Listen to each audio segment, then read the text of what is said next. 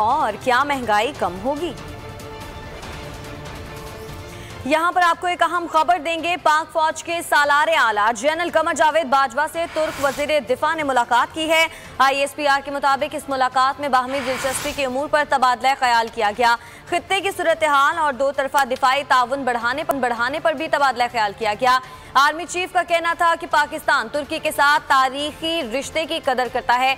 तुर्की हमेशा पाकिस्तान के साथ खड़ा रहेगा।